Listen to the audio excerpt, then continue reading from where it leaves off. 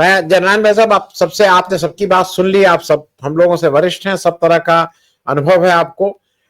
एक चीज जो कुछ लोग कहते हैं लेकिन उसको दबी जबान में कहते हैं, मोदी जी का एक इंटरेस्ट मणिपुर में इस बाकी तो है जो उन्होंने ही रायता फैलाया है, उनके और उनके गृह मंत्री ने, ये सारा कुछ उन्हीं का किया कराया है, लेकिन वहां हिंदू मुस्लिम नहीं हो पाता है, इसलिए भी उनका इंटरेस्ट कम है। ये मेरे एक दर्शक भी कह रहे हैं। कश्मीर में हिंदू मुस्लिम करके वो वोट लेते हैं, शायद मणिपुर में हिंदू मुस्लिम की बात नहीं हो पाती है ज्यादा, इसलिए उनकी प्रायोरिटी में नहीं आता है। वो कहीं पे भी जहां हिंदू मुस्लिम होता है वहां तुरंत भाग के जाएंगे, हिंदू मुस्लिम करेंगे, इंडिया पाकिस्तान करेंगे। मोदी जी का इस समय मणिपुर जाना, मैं ये मानता हूं जाना तो चाहिए ही था, देर आया दुरुस्त आया, जैसा डॉक्टर गुप्ते ने कहा, लेकिन वहां पे वो कितना मरहम लगा पाएंगे और आगे कितनी ईमानदारी से मणिपुर के लोगों के जो घाव है उसको भरने की कोशिश करेंगे, वो ईमानदारी जरूरी है। मैं जरा उस पर आपकी टिप्पणी, और ओवरऑल जो ये राहुल गांधी अब एजेंडा सेट कर रहे हैं। जी जनरल भाई साहब। नमस्कार आनंद जी। एक बहुत मैं कहूंगा कि भावनाशील और काफी अहमियत रखते हुए मुद्दे पे आपने चर्चा छिड़ी है आज। मैंने तीनों हमारे रिस्पेक्टेड पार्टिसिपेंट से ध्यान से सुना है। एक बात मैं उसमें जोड़ना चाहूंगा जो एक हद तक शुरुआत की थी जलील भाई साहब ने, मगर उसको मैं आगे बढ़ाना चाहूंगा। ये है कि नरेंद्र मोदी जी का गत 2 लोकसभा का कार्यकाल यानी 10 साल और अब का जो कार्यकाल है उसमें एक तात्विक फर्क है। मोदी आज तक एजेंडा सेट करने के लिए जाने जाते थे। किसी भी मुद्दे को उठा पटक करके किस तरह उसमें से अपना उल्लू सीधा कर लेना और किस तरह से एजेंडा सेट कर लेना वो अच्छी तरह जानते थे, माहिर थे। ये चुनाव के बाद लोकसभा के मोदी जी बौखलाए हुए हैं। आज मोदी जी एजेंडा सेट नहीं करते, मोदी जी का एजेंडा राहुल गांधी सेट करते हैं या परिस्थिति सेट करती है। जैसे चीन जाने का उनका एजेंडा उन्होंने सेट नहीं किया, वो डोनाल्ड ट्रंप ने जिस तरह से उनको स्नब किया उसके पास कोई चारा नहीं था। और मूर्खतापूर्ण मैं कहूंगा कि चीन जिसने बोला है कि हम सरहद की तो कोई चर्चा नहीं करेंगे, बाकी हम अच्छे रिश्ते बनाए रखेंगे, तो चीन के ऊपर विश्वास रखना ये अब 2 पार्टनर के बीच में साबुत रहा न कोई। अब तक भारत एक तटस्थ देश था, अब वो तटस्थता खोकर आप चीन, रशिया, नॉर्थ कोरिया से लेकर जो ट्रिंक्स एक्सिस है उसमें आप जुड़ रहे हैं, तो अमेरिका सीधा आपके सामने आएगा और नुकसान बकायदा इंडिया को होगा। और जो नॉन रेजिडेंट इंडियंस अमेरिका में रह रहे हैं, जिनके साथ मेरा काफी रेगुलर बेसिस पे संपर्क होता रहता है, उनको होगा। तो मोदी जी बौखलाए हुए हैं, डेस्परेडो की सिचुएशन में है, खुद का एजेंडा सेट नहीं कर पा रहे हैं। ये बातों की पृष्ठभूमि में अब वो मणिपुर जा रहे हैं, ये मुद्दा देखना चाहिए। क्या मोदी जी अपने खुद के एजेंडा के मुताबिक मणिपुर जा रहे हैं? तो मैं कहूंगा नहीं। उनके लिए ये वो काफी बाध्य हो गए थे कि मणिपुर जाना ही पड़ेगा, तो जा रहे हैं। इसके लिए एक से ज्यादा परिस्थितियां कारणभूत है।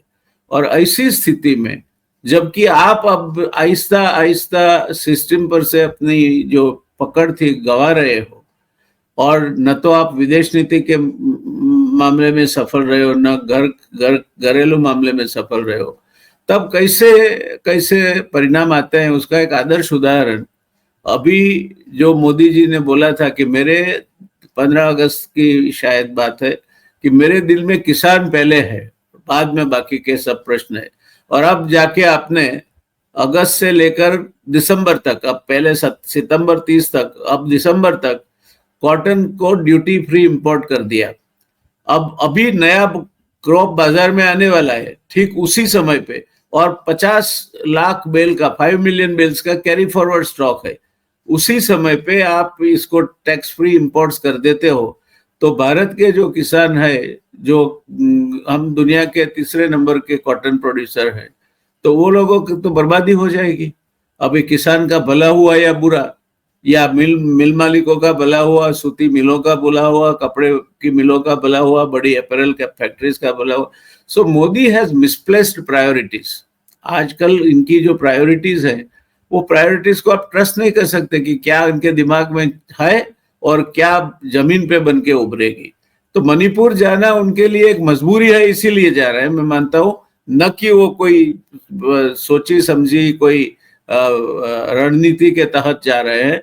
और जब आप कोई सोची समझी व्यूह रचना के तहत नहीं जा रहे हैं, तब उसका आउटकम भी वो तर्क ना होगा, न वितर्क होगा, कुतर्क ही होगा।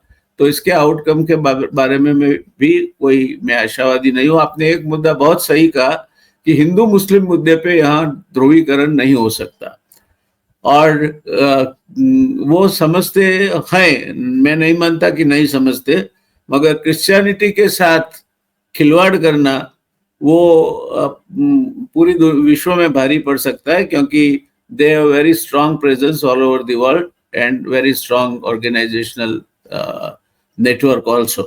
So in this kind of a situation, his visiting Manipur is sheer out of compulsion and not because of any specific consideration. So you are expecting something positive to come out. जैसे राय साहब बता रहे थे कि सब leaders को लेकर जाते, धर्म वालों को लेकर, वो करना ही नहीं है इनको, तो क्यों करते हो? वो तो उनके पार्टी में भी आप अगर उनको ठीक से देखें तो अपनी कोई भी चीज के लिए यश किसी को नहीं देना चाहते। कुछ भी हुआ तो मैंने किया है, कुछ खराब हुआ तो किसी और ने किया है।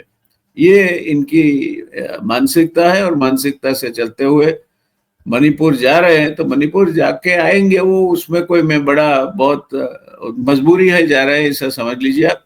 और जब आप मजबूरी में कोई काम करते हैं तब कोई इससे कॉन्क्रीट रिजल्ट बाहर निकल के आता है, ऐसा नहीं होता।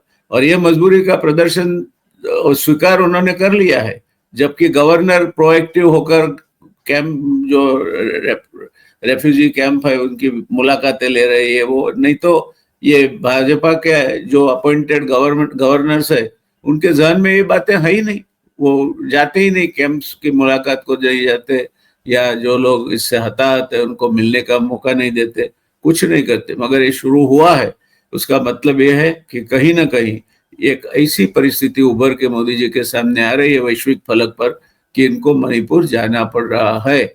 देश में इससे फायदा हो न हो, उनकी जो छवि उन्होंने जो वैश्विक फलक पे बनाने का प्रयत्न किया था, फिर एक और मुद्दे से धूमिल होने की संभावना है। और वो धूमिल होने की संभावनाओं के सामने न तो इनको कश्मीर की पड़ी है, न तो इनको मणिपुर की पड़ी है। वो सिर्फ न सिर्फ 100% हार्डकोर पॉलिटिशियन है, उन्हें अपने खुद की पड़ी है। और उसी में भी इनको हेमंत बिस्व शर्मा जैसे वहाँ के जो नेता है वो उनको उनके सलाहकार बने हुए हैं। तो इनसे अगर हम अपेक्षा रखें कि कुछ इससे फलश्रुति निकल के आएगी, तो मैं मानता हूँ कि वी आर नेव। तो ये अपेक्षा मैं नहीं रखता। कम से कम ये एक विधि विधान है, उनको करना जरूरी हुआ था, जा रहे हैं।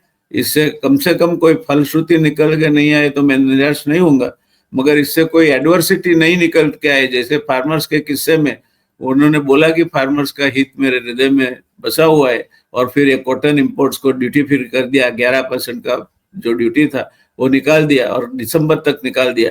यानी कि आने वाला सीजन फार्मर्स का, कॉटन ग्रोअर्स जो है, उनके लिए बाजार में बिल्कुल चप्पट हो जाएगा, जबकि आप 5 मिलियन बेल्स का स्टॉक कैरी फॉरवर्ड कर रहे हैं। तो मोदी जी जा रहे हैं, इतना ठीक है, जाना पड़ रहा है। मैं मानता हूं कि ये परिस्थितियों का विजय है, और मोदी जी दिन ब दिन पीछे हट कर रहे हैं, इसका एक और सूचकांक है। ये इस तरह मैं देखता हूं इसको कि ये अब जो पुराने नरेंद्र मोदी है वो नहीं रहे।